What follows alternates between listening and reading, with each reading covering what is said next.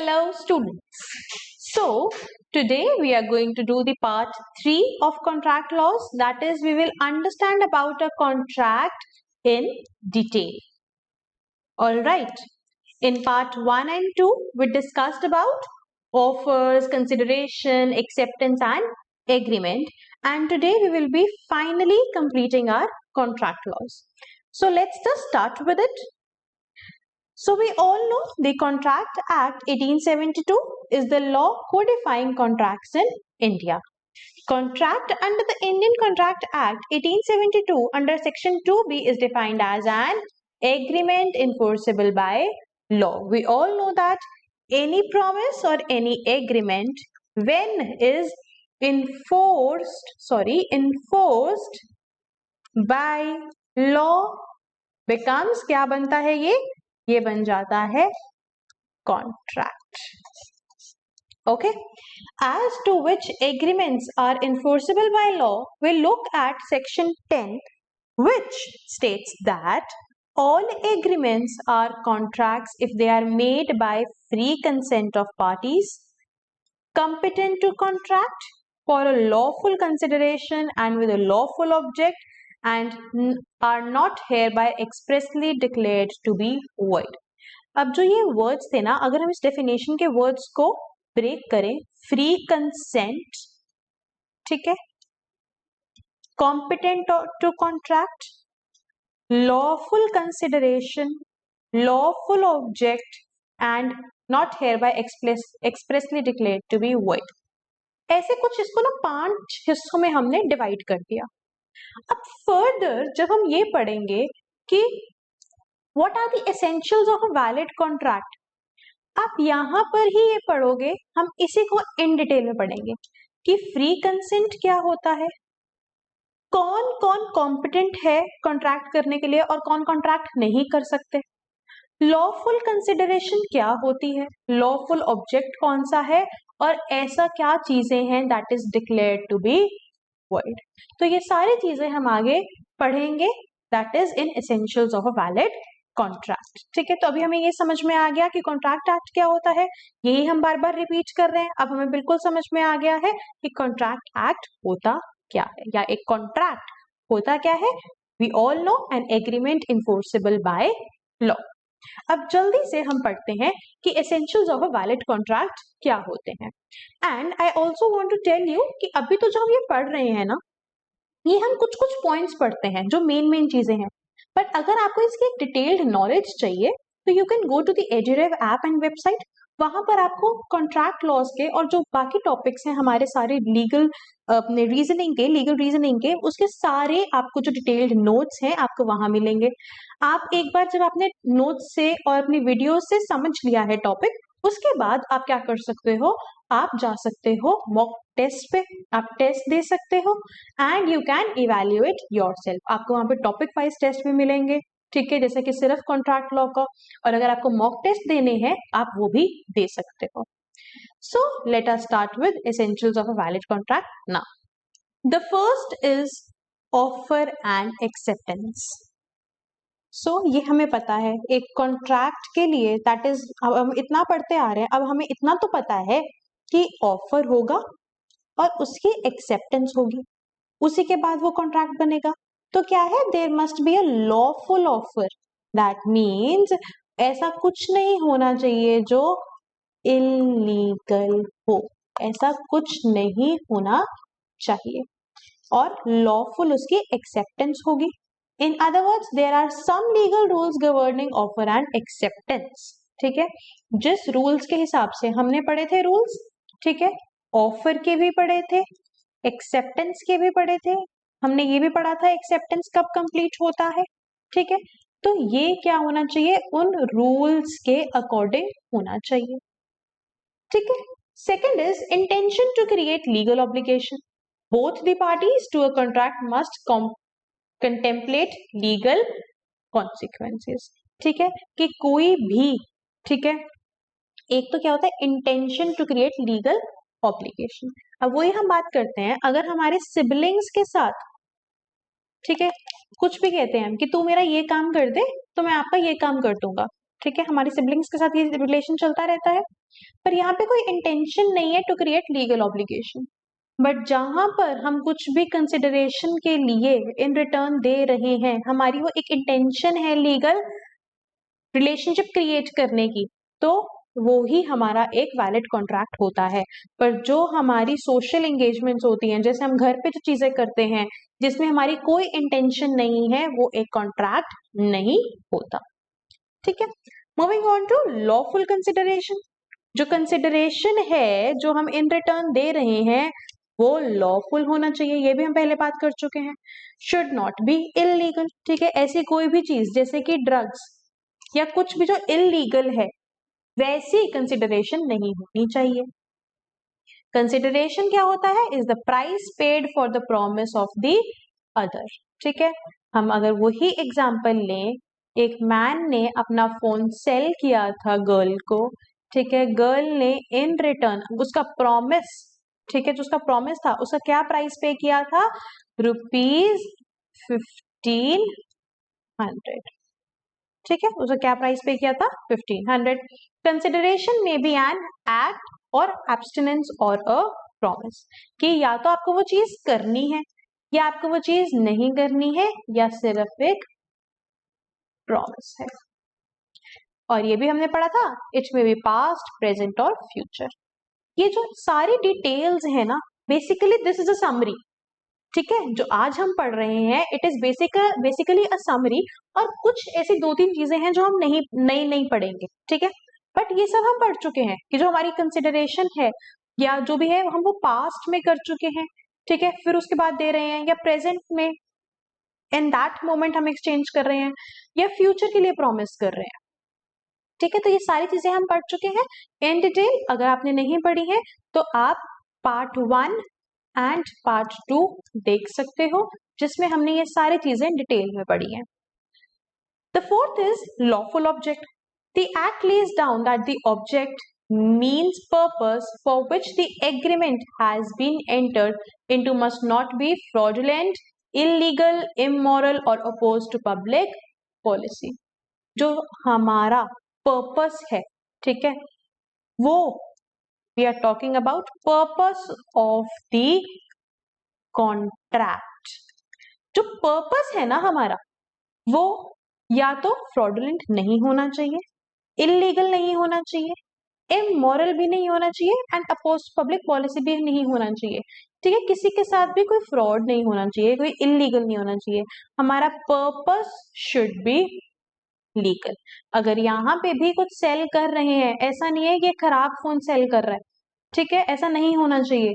या जो ये 1500 दे रही है लड़की, ठीक है, the girl she is giving 1500 rupees, ऐसा नहीं है कि मतलब इस जैसे आजकल क्या है कि आप स्क्रीनशॉट दिखा देते हो, आपने पे किसी और के और होता है। ठीक है, तो ऐसा नहीं है कि आपने पेमेंट नहीं करी और आप बोल रहे हो कि आपने पेमेंट कर दी है, या ऐसा कुछ भी है। ठीक है, तो ऐसा कोई भी फ्रॉड नहीं होना चाहिए। जो आपका पर्पस होना चाहिए, जो आपका इंटेंशन है ना, that should be lawful, that should be legal. Alright, ये समझ में आ गया हमें। फर्स्ट 4 हम पहले फटाफट से रिवाइज करते हैं। एसेंशियल्स क्या है? Offer and acceptance. ठीक है, ऑफर होगा वो एक्सेप्ट होगा। ठीक है, हमारी इंटेंशन है, ठीक है, लीगल रिलेशनशिप क्रिएट करने की। ऐसा नहीं है कि हमारी इंटेंशन नहीं है, जब हमारी इंटेंशन होगी तभी कॉन्ट्रैक्ट बनेगा।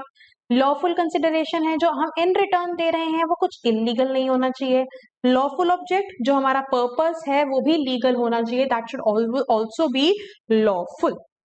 ठीक है, first 4 clear. Let's move on to the next 4। ठीक है, ऐसे ऐसे करके हम एक एक चीज करके इसको फिनिश करते रहेंगे। So fifth one is writing and registration. It must be clearly understood that contracts need not necessarily be in writing. हमने पढ़ा था ना, express and implied। वही बात आ गई कि हम ये सब कुछ पहले डिस्कस कर चुके हैं। हम इन डिटेल एक्सप्रेस को भी डिटेल में पढ़ चुके हैं, और इम्प्लाइड भी क्या होता है। इट मे बी ओरल और इम्प्लाइड। ठीक है, या तो आपने उसको एक्सप्रेस कर दिया, ठीक है, आपने बोल के वर्ड्स में, ठीक है, एक्सप्रेस कर दिया कि हाँ आई एक्सेप्ट दी ऑफर। ठीक है, हमारे बीच में ये कॉन्ट्रैक्ट हो गया है, एग्रीमेंट हो गया है। ठीक है, या फिर इम्प्लाइड। इम्प्लाइड मतलब कि आपके एक्शंस से पता चल रहा है हमें कि आपने उसको एक्सेप्ट कर लिया है. However, the Indian Contract Act lays down that in certain special cases, for a contract to be valid, it must only be in writing. Besides, it also needs to be registered. ठीक है. अब कुछ कैसे cases हैं जहां पर contract act कहता है कि ये वाले तभी वैलिड होंगे, ऐसे केसेस तभी वैलिड होंगे जब वो राइटिंग में है. ठीक है. तो कुछ कुछ केसेस के लिए इंडियन कॉन्ट्रैक्ट एक्ट में लिखा हुआ है कि ये रिटन में होने चाहिए और उसको रजिस्टर भी करवाना होता है, उसको रजिस्टर भी करवाना होता है कोर्ट में. ठीक है. Sixth is certainty. To ensure that a contract is valid, the terms of it must be certain. In other words, agreements, the meaning of which is not certain or capable of being made certain, are void. वही example आ जाता है. ठीक है. कि आपको बोला है इतने किलोमीटर्स आपको रन करने हैं 2 मिनट्स में. ठीक है. Let's say 200 kilometres. कोई भी इंसान 200 किलोमीटर्स को 2 मिनट्स में नहीं रन कर सकता, नहीं कवर अप कर सकता. ठीक है. तो ये सर्टेन नहीं है. ठीक है. तो ये भी क्या होंगे, दे आर ऑल्सो वॉइड. या फिर कोई भी, अगर हम फ्यूचर की बात कर रहे हैं, फ्यूचर के लिए हमने पढ़ा था ना कि कोई भी फ्यूचर के हैं, ठीक है, जो हमें नहीं पता है क्या होने वाला है, दैट इज अनसर्टेन, तो वो भी वॉइड होते हैं. Seventh is possibility of performance. The Contract Act lays down that agreement to do an impossible act is void. यही वाला एग्जाम्पल यहाँ आ जाएगा. ठीक है. कोई भी impossible act है, ठीक है, वो भी हमारा void contract होगा. ठीक है. तो कुछ भी ऐसा नहीं होना चाहिए जो impossible है. एक contract को valid होने के लिए क्या है, जो चीजें हैं, they should be possible. Agreement of anything. ठीक है. The thing should be possible. Not expressly declared void. The Contract Act has explicitly declared certain agreements to be void. इसका मतलब क्या है, हमने अभी पढ़ा था पार्ट 2 में कॉन्ट्रैक्ट एक्ट्स के कि जो एग्रीमेंट्स है ना, कुछ एग्रीमेंट्स आर void. ठीक है. तो उसमें हमने 8 एग्रीमेंट्स पढ़े थे जो कॉन्ट्रैक्ट एक्ट ने लिखा है कि ये void होंगे. ठीक है. 8 void एग्रीमेंट्स हमने पढ़े थे. तो वो 8 एग्रीमेंट्स, ठीक है, अगर उनमें से कोई भी होता है तो वो भी हमारा एक वैलिड कॉन्ट्रैक्ट नहीं होगा, बिकॉज दे आर void और यू कैन से null. ठीक है. फॉर एग्जाम्पल जैसे हमने बात करी थी रिस्ट्रेन मैरिज की, ठीक है, रिस्ट्रेन ट्रेड की, तो ऐसे से जो भी है, जो 8 एग्रीमेंट्स हमने पढ़े थे वो सारे इस पॉइंट के अंडर आ जाएंगे. सो कौन से हमने 4 अभी दोबारा पढ़े, essentials of a valid contract. ठीक है. और क्या होना चाहिए, राइटिंग एंड रजिस्ट्रेशन. ठीक है. रिटन में होना चाहिए, अगर कहीं पे स्पेसिफिक है तो, कॉन्ट्रैक्ट एक्ट में कोई भी स्पेसिफिक है तो वो रिटन होना चाहिए और उसकी रजिस्ट्रेशन होनी चाहिए. सर्टेनिटी, सर्टेन होनी चाहिए, ऐसा नहीं है कि फ्यूचर वाले हों जिनका हमें सर्टेन ही नहीं है. इम्पॉसिबल नहीं होना चाहिए, possibility of performance, all tasks should be possible, not expressly declared void. ठीक है. इंडियन कॉन्ट्रैक्ट लॉ में ऐसा कोई वो नहीं होना चाहिए जो वहां लिखा हुआ है कि void होगा, उसके अलावा कुछ भी हो सकता है. ठीक है. So let's move on to the 9th point, that is capacity of parties. हमने यहां डेफिनेशन में पढ़ा था कॉम्पिटेंट टू कॉन्ट्रैक्ट. कौन कौन कॉन्ट्रैक्ट बना सकता है, कौन कौन कॉन्ट्रैक्ट साइन कर सकता है. ठीक है. तो वो पढ़ते हैं हम. लॉफुल कंसिडरेशन पढ़ ली हमने, लॉफुल ऑब्जेक्ट पढ़ लिया, हमें पता है क्या होता है, और not expressly declared to be void. ये पॉइंट्स हम पढ़ चुके हैं, कवर कर चुके हैं. अब हम पढ़ते हैं कॉम्पिटेंट टू कॉन्ट्रैक्ट. ठीक है. कि कैपेसिटी ऑफ पार्टीज, कौन कॉम्पिटेंट है and who are incompetent to contract. So the parties to an agreement must be competent to contract. The capacity to contract refers to the capacity to enter into legal agreement and competence to perform some act. Capacity का मतलब क्या होता है कि आपके पास legal agreement में, वही जब हम बात करते हैं ना इंटेंशन, ठीक है, intention should be to enter into a legal agreement and competence to perform some act. ठीक है, कि कुछ करना है जो हम पढ़ते हैं, ठीक है, कि जो प्रॉमिस हुआ है जिस चीज से रिलेटेड, तो आप कॉम्पिटेंट है वो परफॉर्म करने के लिए. Now the thing is who are incompetent to contract. ठीक है, कौन लोग कॉन्ट्रैक्ट नहीं कर सकते हैं. इसमें हम पढ़ेंगे एक minor person, the person who is below the age of 18 is a minor. तो जो भी 18 ईयर्स से कम है वो कॉन्ट्रैक्ट नहीं साइन कर सकते, वो एक कॉन्ट्रैक्ट में नहीं एंटर कर सकते. Second is person of unsound mind. ठीक है, पर्सन ऑफ अनसाउंड माइंड, यहाँ पे हम बेसिकली बात करते हैं that he should be mentally stable. ठीक है, जैसे हम कहते हैं अपने होशो आवाज में जो होता है. ठीक है, तो पर्सन ऑफ अनसाउंड माइंड अगर कोई होगा तो वो भी कॉन्ट्रैक्ट में एंटर नहीं कर सकता. Third is disqualified persons. कुछ ऐसे पर्संस हैं जिनको कॉन्ट्रैक्ट एक्ट में जिनको डिसक्वालिफाई किया गया है कि वो भी कॉन्ट्रैक्ट के अंडर नहीं कॉन्ट्रैक्ट में नहीं एंटर कर सकते हैं, वो भी हम अभी इन डिटेल पढ़ेंगे. ठीक है, तो हमें ये तीन पता लग गया. Who are incompetent to contract, पहला है माइनर, दूसरा है पर्सन ऑफ अनसाउंड माइंड और तीसरा है डिसक्वालिफाइड बाय लॉ. ऑलराइट, अब पढ़ते हैं minor and rule of estoppel. हमें ये पता लग गया माइनर पर्सन कौन होता है, जो भी 18 ईयर्स से कम है वो कॉन्ट्रैक्ट में एंटर नहीं कर सकता है. सो इसमें एक मेन पॉइंट है minor and rule of estoppel. अब situation may arise where a minor has declared or intentionally caused or permitted another person to believe him to be a person who has attained the age of majority. Upon such a belief, if the money lender advances some money to the minor, can the minor be held liable to pay? This is an example for you.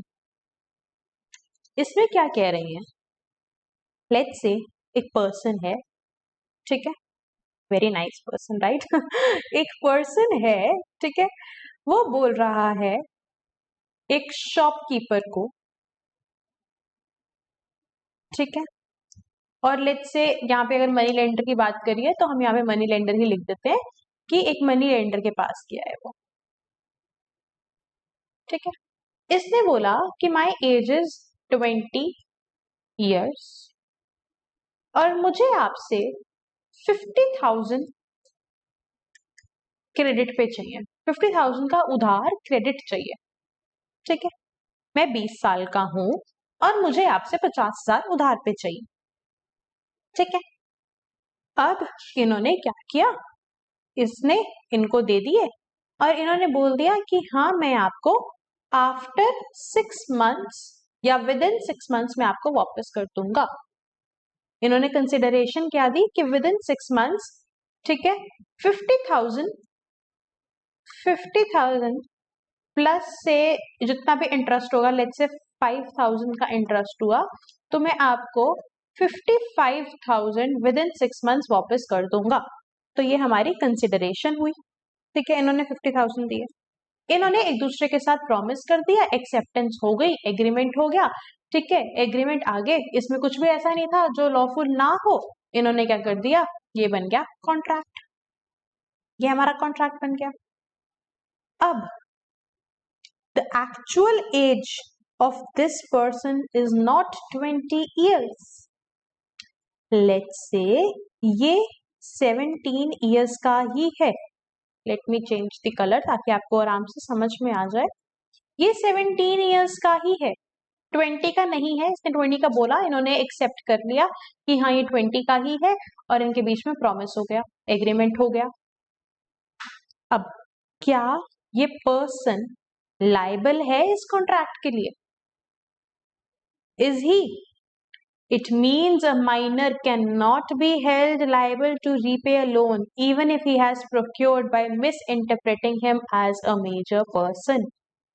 अगर ये इसको 55,000 return नहीं करता है money lender को, this person does not return 55,000 to the money lender, he will not be liable. He is not liable. अगर ये case भी कर देता है, he cannot.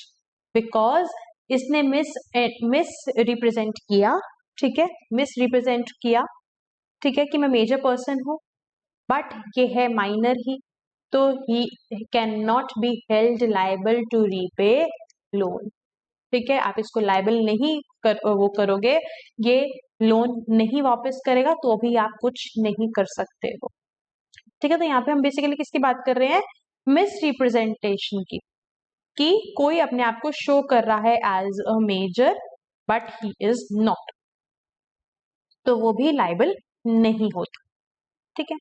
So this is first, that is minor and rule of estoppel. Second we talk about is minor and rule of restitution. इसमें क्या है, again a question arises as to the rule of restitution applying against a minor. Restitution होता क्या है, what is it?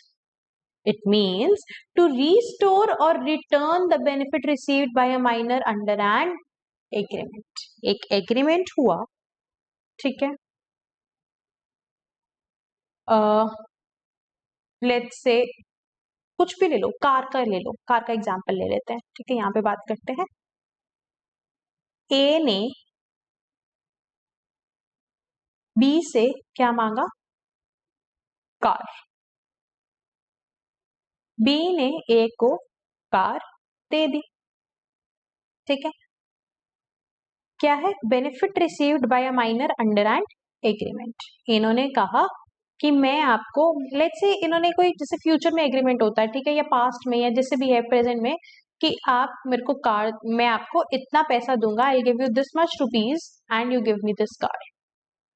A minor is not liable to restore the benefits received under a void contract except certain cases. अगर ये B वापस मांग रहा है अपनी कार, ठीक है, A is not liable, चाहे वो माइनर है, ठीक है, माइनर है, ठीक है, और उसने क्या किया है, एक्सेप्ट कर लिया है, मतलब बेनिफिट ले लिया है, कार ले ली है, ठीक है, बट वो अगर ये वापस मांग रहा है बी, ये जानते हुए कि ए ने अभी तक उसको पैसे नहीं दिए हैं, बट ए बी अपना बेनिफिट दे चुका है ए को, but A is not liable to restore the benefits.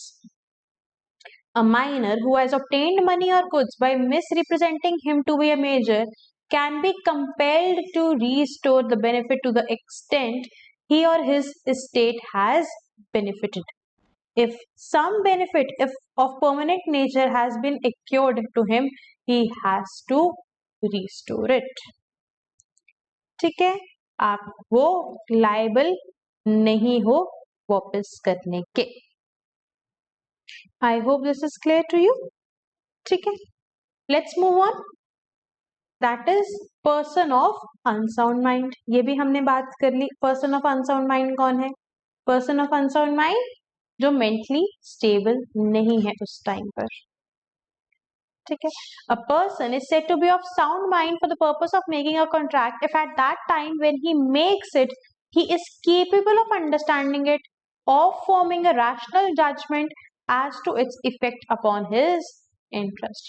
वो capable है, उसको समझ में आ रहा है कि रियल वर्ल्ड में क्या चल रहा है, रैशनल जजमेंट कर पा रहा है, वो अपने सेंसेस में है, जजमेंट कर पा रहा है, और it's affect upon his interest, कि क्या क्या उसे चेंजेस, क्या क्या इफेक्ट्स आने वाले हैं, ठीक है.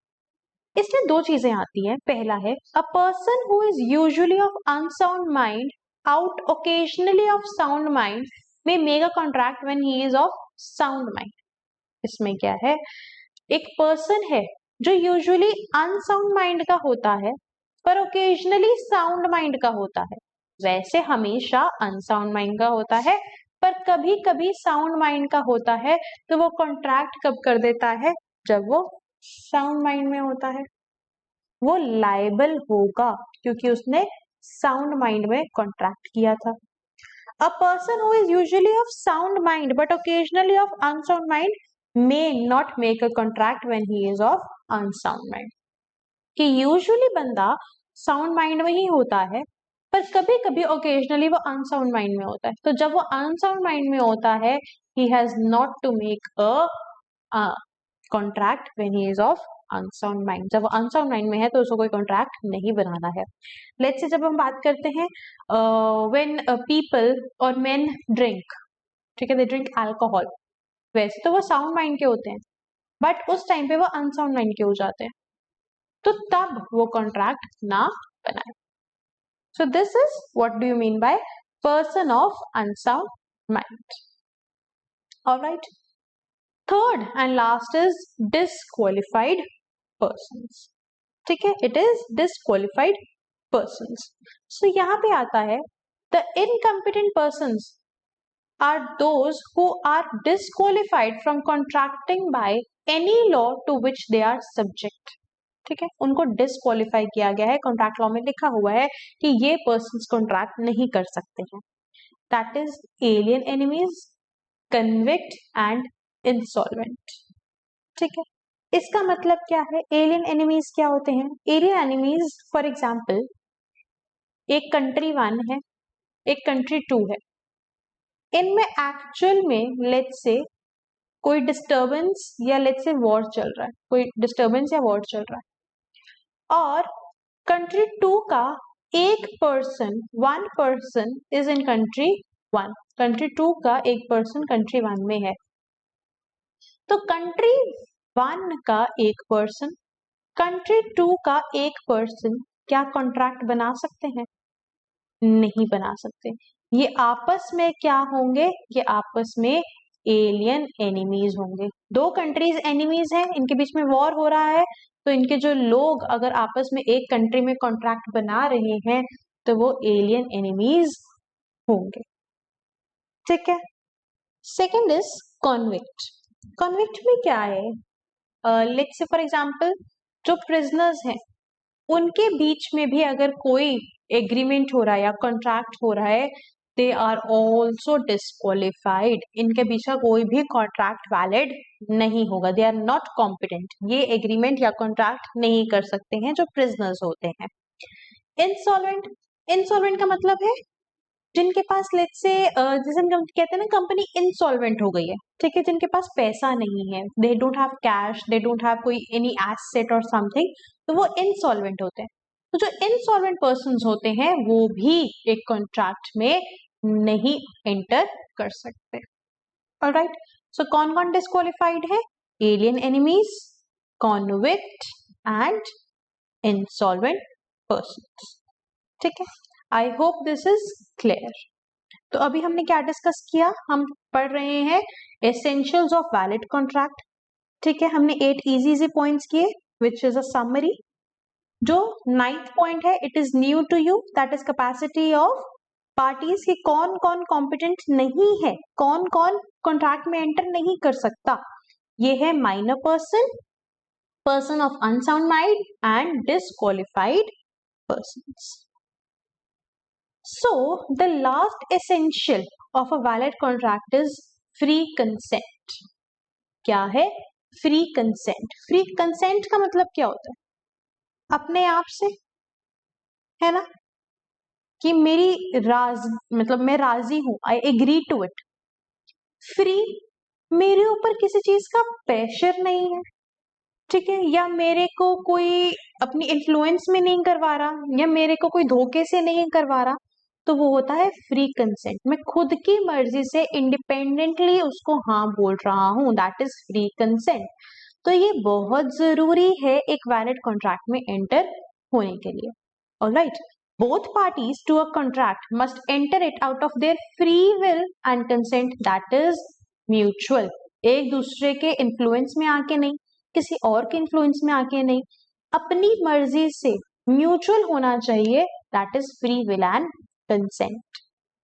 Okay, consent is said to be free when it is not affected by reasons such as coercion, under influence, fraud, misinterpretation and mistake.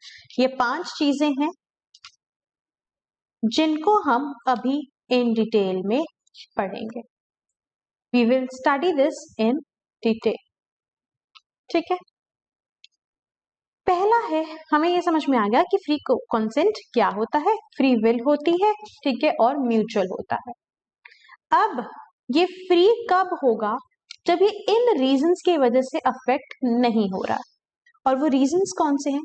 पहला है कोर्जन।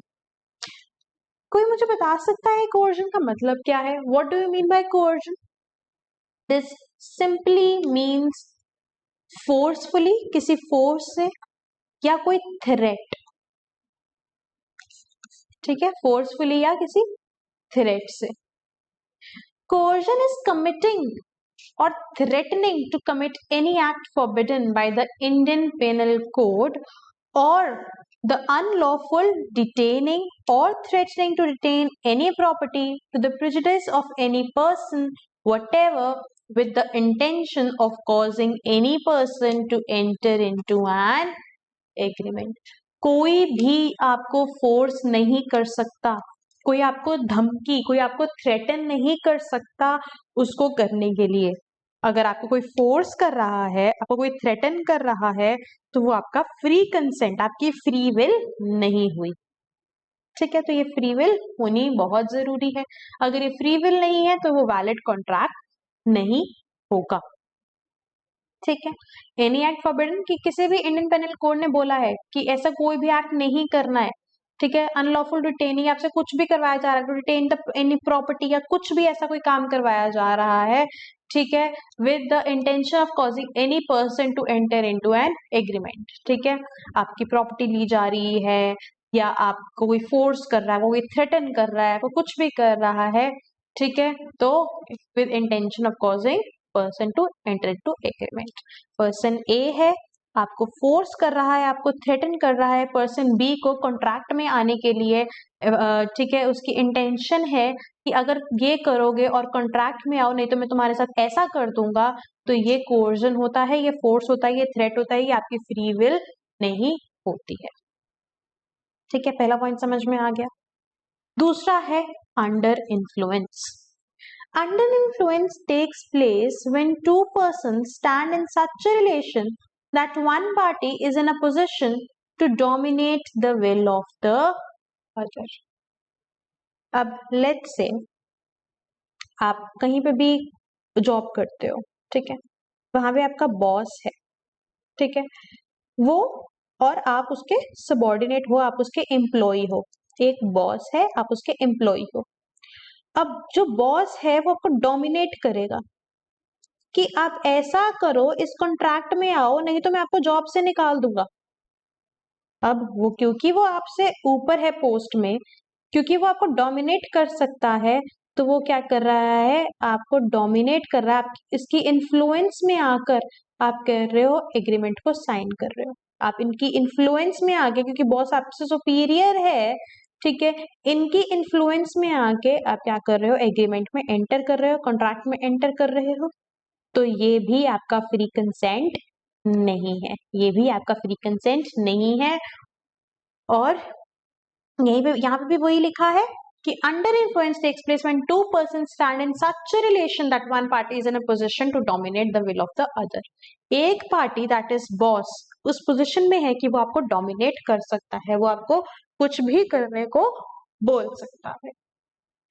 ठीक है, when such a person uses his position to obtain an unfair advantage over the other, any agreement entered into is vitiated by the under influence.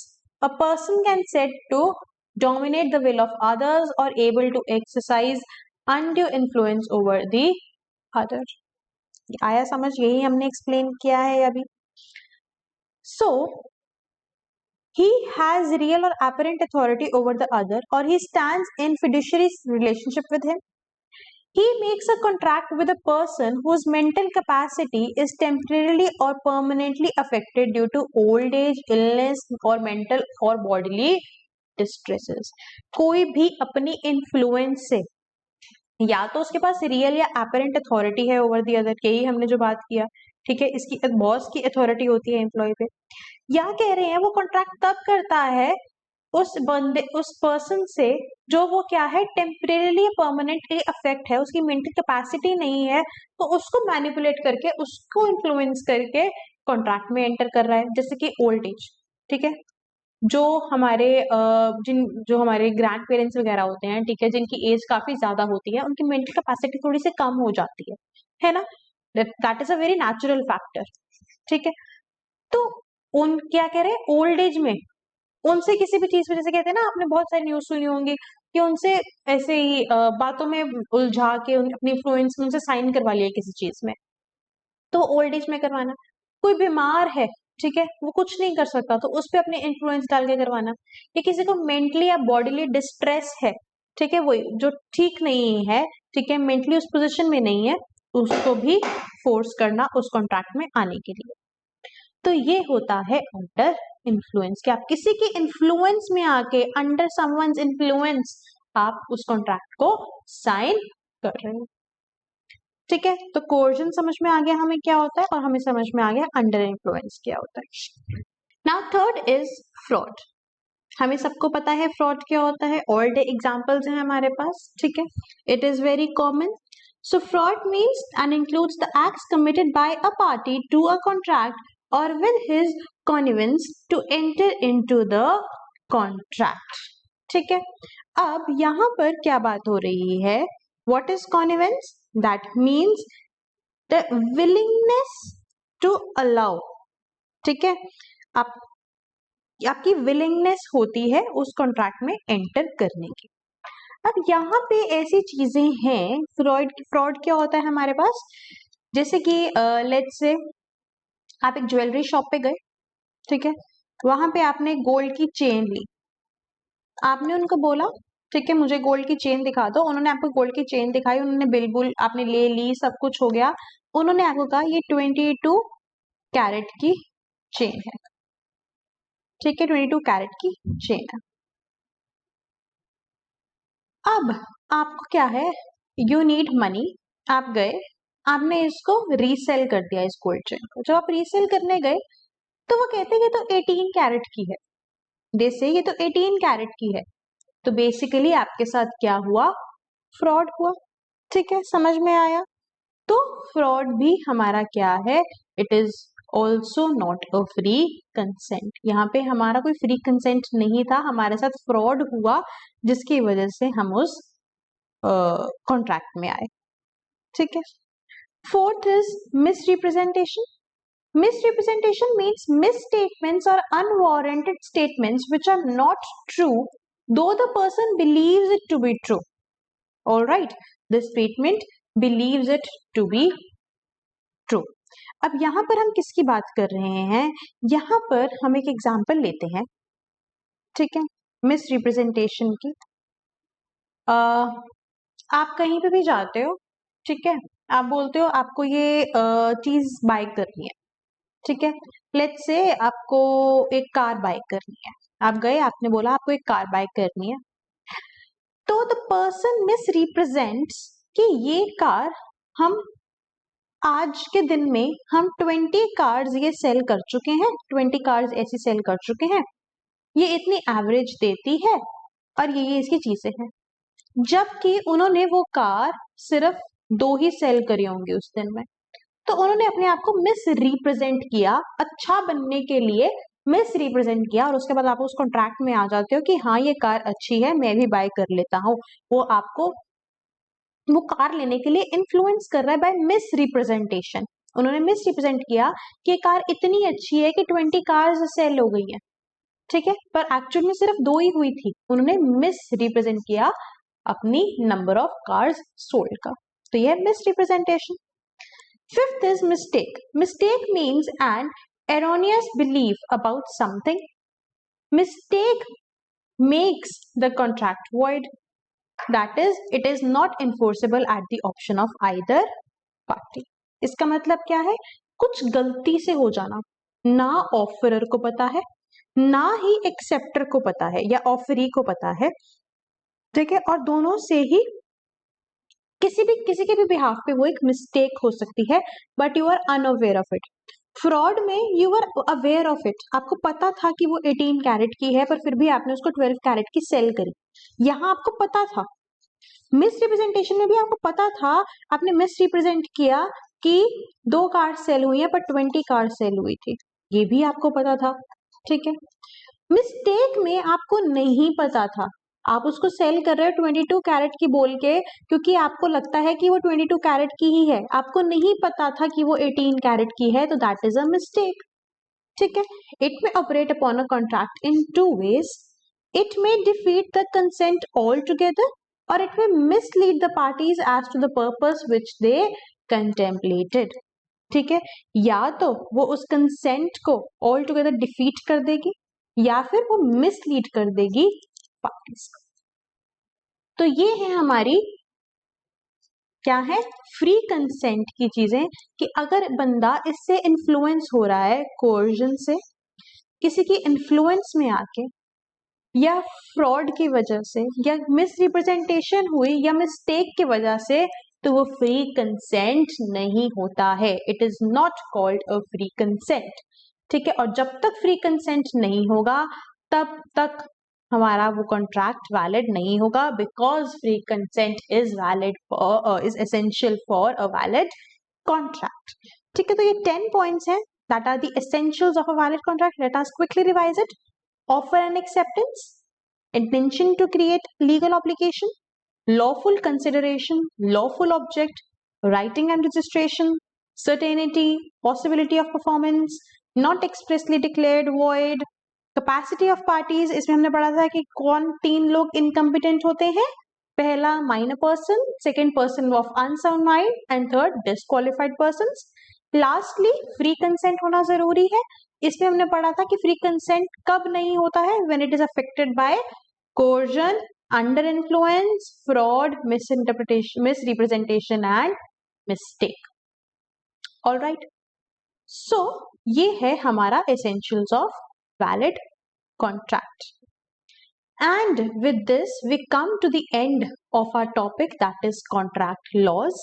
हमने पूरा contract laws अच्छे से समझ लिया, हमने इसको पार्ट्स में डिवाइड किया। हमने पहले इंट्रोडक्शन से स्टार्ट किया था, ऑफर्स पढ़ा, ठीक है, उसके बाद हमने देखा कंसिडरेशन क्या होता है, एक्सेप्टेंस क्या है, एग्रीमेंट क्या है, और फाइनली एक कॉन्ट्रैक्ट क्या होता है।